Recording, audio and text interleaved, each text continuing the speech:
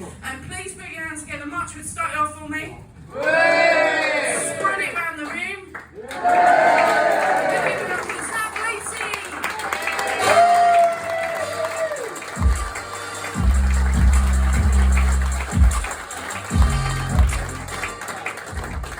Evening. Does anybody else here hold grudges? Yes. Yeah? I bet I can beat you. The longest grudge that I'm holding, I'm still holding it today, so far has been 40 years. And you might be thinking, that's a long time, maybe you should speak to somebody about that, Zach. Well, yeah, but it's cheaper to get into comedy, so that's what I'm doing. But this grudge started when I was about 7 years of age, and I was at school and we were getting ready for a nativity play. And of course, when you're all that age and you're doing a nativity play, the first thing you want to know is, what role am I going to get? If you're a boy, obviously you want to be Joseph. If you're a girl, you want to be Mary. I didn't get either of those. But I thought, that's right, maybe I'll get to be a shepherd or a wise man, something like that. No, didn't get either of those. I thought, shit. Don't really want to be a sheep, and I definitely don't want to be the back end of a donkey. But don't worry about it, I didn't get either of those, because my teacher, Mrs. Beecham, who, not to put too fine a point on it, was a fucking bitch, cast me as the wind. Yeah, you're right, I'd never heard of it either.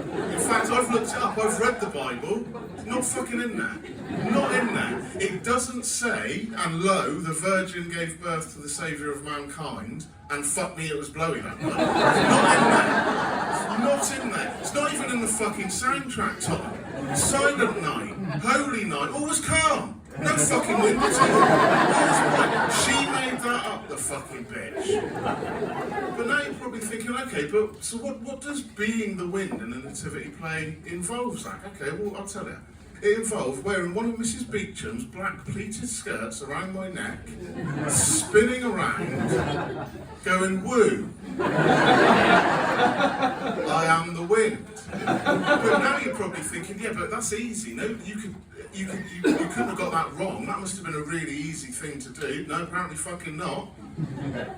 I apparently wasn't very good. I needed to go for extra rehearsals. So while everybody else in my class was in the classroom learning how to read and write and count and all that sort of thing, I was sent out into the corridor to practice being the wind. So imagine that, there's little 7-year-old Zach spinning around in the corridor going woo, I am the wind, until another teacher came out of her class to ask me what the fuck I thought I was doing. But they do say every cloud has a silver lining, and this one does. This story does actually have a happy ending, because that happened in about 1985, and Mrs. Beecham had to be 60 years of age if she was a day then. So I can take comfort now in knowing she's almost certainly fucking dead. But something I've had to get used to recently, much more recently, is internet dating. See, I got divorced about 5 years ago, and so over the last couple of years I've been on the apps. Now, girls, if you've been on the apps, I know that men don't do ourselves any favours, alright? I know that there's always a picture of him holding a big dead fish or other dead animal of some description, or he's sending dick pics. The worst one I ever heard was a friend of mine told me that she had a guy within 3 messages ask if she wanted to take a shit on his chest. Absolutely horrendous. There's some absolute horror stories. So I know that we don't do ourselves any favours, but girls, you don't make it any easier for us. Well, I read somewhere recently, and this is completely borne out by my own experience, that on the dating apps, 20% of the men get all the attention from 80% of the women. Alright, so think about that. If you're one of the top 20% best looking blokes, if you're a 9 or a 10, you've got your pick, you've got it made from the very optimistic 3s all the way up. Problem is, that leaves the rest of us who aren't 9s or 10s, that leaves us with the goblins in the 1 and 2 pool. And unless you're a DJ from the 1990s, on the 1s and 2s isn't where you want to fucking be. But if you've been on the apps, you'll know that the 4 main ones right now are Facebook dating, Tinder, Bumble and Hinge, right? They're the 4 main ones that people tend to use. And they are all largely the same. You go on, you find some pictures where you look really much better than you do in real life. Tell a load of fucking lies about yourself so you don't sound so boring, and then you crack on with it. But they're all the same, except they are kind of slightly different. The apps present themselves differently, and the way that people present themselves on there is slightly different. I tend to think of it like this. So you've got your Facebook dating and your Tinder, that's like your Lidl and your Aldi sort of end of the market, complete with weird crazy shit in the middle aisle. Went in for a pizza, you came out with a gazebo and then you've got Bumble. Then you've got Bumble, that's your sort of, that's your safe, solid choice, that's like your Sainsbury's. Then the other end is your more sort of flash, pretentious end, that's your sort of M&S range, alright? So these aren't just any middle-aged, damaged people. These are M&S damaged people. But what I've discovered, there's two things, because like with anything in life, when you start getting into the apps, it's a bit of a learning curve. There are things you have to learn about how it works and what you do. And there are two things I've learned from dating apps. One is that I really don't like other people's fucking children.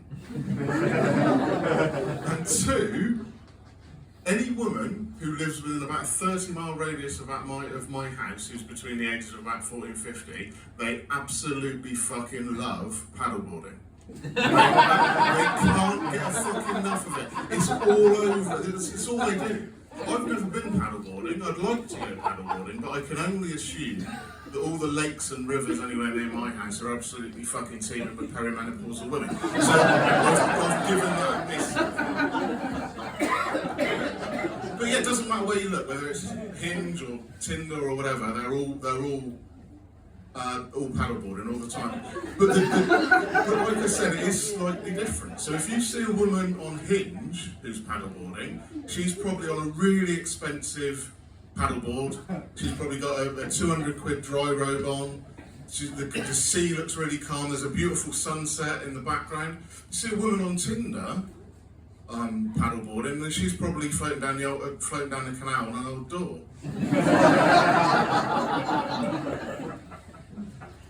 And it's weird because once you get into these sites, it almost becomes addictive. You have to sort of come away from it as quickly as you can, because otherwise you become one of these people, and you really don't want to do that. But I know I've just spent the last few minutes ragging on dating sites, but it's not all bad, all right? Because I was seeing a woman that I met on Bumble actually for a little while, and we were getting on all right, and everything was going fine. Until it wasn't, and I'm about to tell you about that. You see, what happened was I thought, we've been seeing each other for a couple of months, maybe I'll do something nice, maybe I'll do something romantic.